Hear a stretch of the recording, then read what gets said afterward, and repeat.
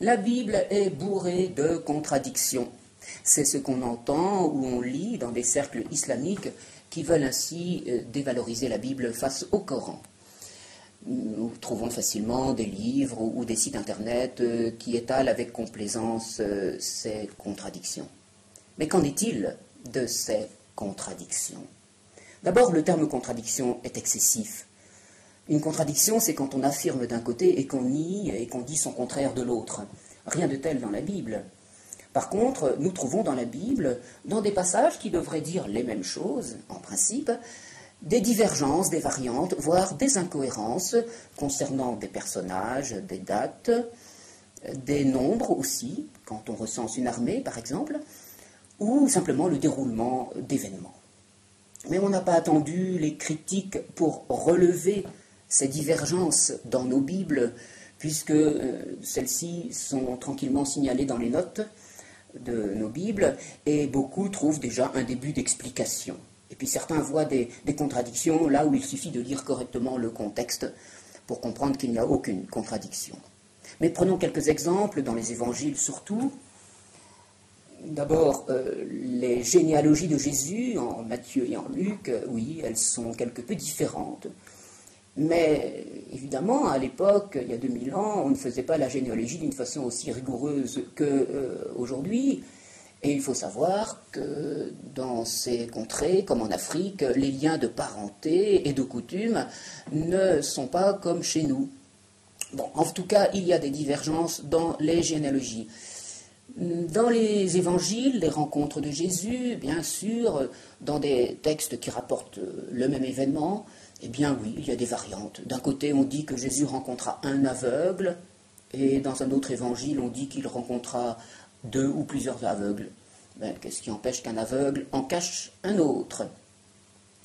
Pour ce qui est de la mort de Judas, celui qui a trahi Jésus, c'est vrai que nous avons 2 versions très différentes, et vraisemblablement une des 2 est fondée sur des rumeurs qui ne sont pas exactes.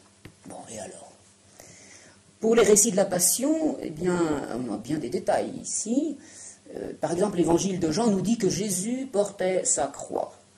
Et puis les autres évangiles nous parlent de Simon de Cyrène qui a porté la croix de Jésus. Aucune contradiction là-dedans quand on sait que les condamnés portaient leur croix normalement, mais que Jésus était épuisé par la flagellation, et donc très vite on a eu recours à Simon de Cyrène pour porter la croix à sa place. Pas de contradiction, me semble-t-il. De même, Matthieu nous dit que 2 bandits étaient crucifiés aux côtés de Jésus qui l'insultaient. Et Luc nous rapporte comment un des 2 a réprimandé son compagnon qui insultait et s'est au contraire converti en demandant à Jésus de le recevoir dans son royaume. Y a-t-il une contradiction? Ben, il est très très probable qu'au départ, les 2 bandits insultaient Jésus, mais qu'au cours de la crucifixion, qui a duré 3 heures tout de même, un des 2 se soit converti, tout simplement. Enfin, le matin de Pâques, de la résurrection, nous assistons à un joyeux chassé-croisé entre les femmes au tombeau, l'apparition des anges, de Jésus ressuscité, les apôtres. Tout ça comporte un certain désordre, mais où est le problème? Tout compte fait, le résultat est le même, et en gros, les événements sont les mêmes dans les évangiles. Voilà donc quelques exemples, on pourrait trouver d'autres exemples dans le Nouveau Testament notamment, mais peu importe. Ce qu'on va retenir ici, c'est que le problème des soi-disant contradictions, je disais plutôt divergences, ou incohérences parfois, ce n'est pas tant un problème de la Bible que de notre manière de considérer la Bible. De fait, si on considère la Bible comme un livre dicté de Dieu, un livre céleste, un livre qui devrait être parfait, un peu comme dans l'islam on considère le Coran, alors oui, il y aurait un problème. Mais la Bible, pour nous chrétiens, n'est pas un livre dicté, n'est pas un livre céleste. C'est bien la parole de Dieu, oui, et la Bible est inspirée de Dieu, comme nous le disons, à la différence de dictée. Elle est inspirée, c'est-à-dire que Dieu n'a pas fait la Bible à notre place, D'abord, la Bible, elle est des vécus dans un peuple, le peuple hébreu, que Dieu lui-même a patiemment éduqué, et puis ensuite tout cela a été consigné par des écrivains dans la Bible. Et le tout est inspiré de Dieu. Donc la Bible, la révélation biblique et chrétienne, elle s'est réalisée dans l'histoire humaine avec des hommes, avec toute leur mentalité, avec leurs défauts, leurs péchés, ce qui explique notamment la violence dans la Bible, les guerres dans la Bible, ce qu'on soulève souvent d'ailleurs. Et cela mérite qu'on y revienne dans la prochaine vidéo.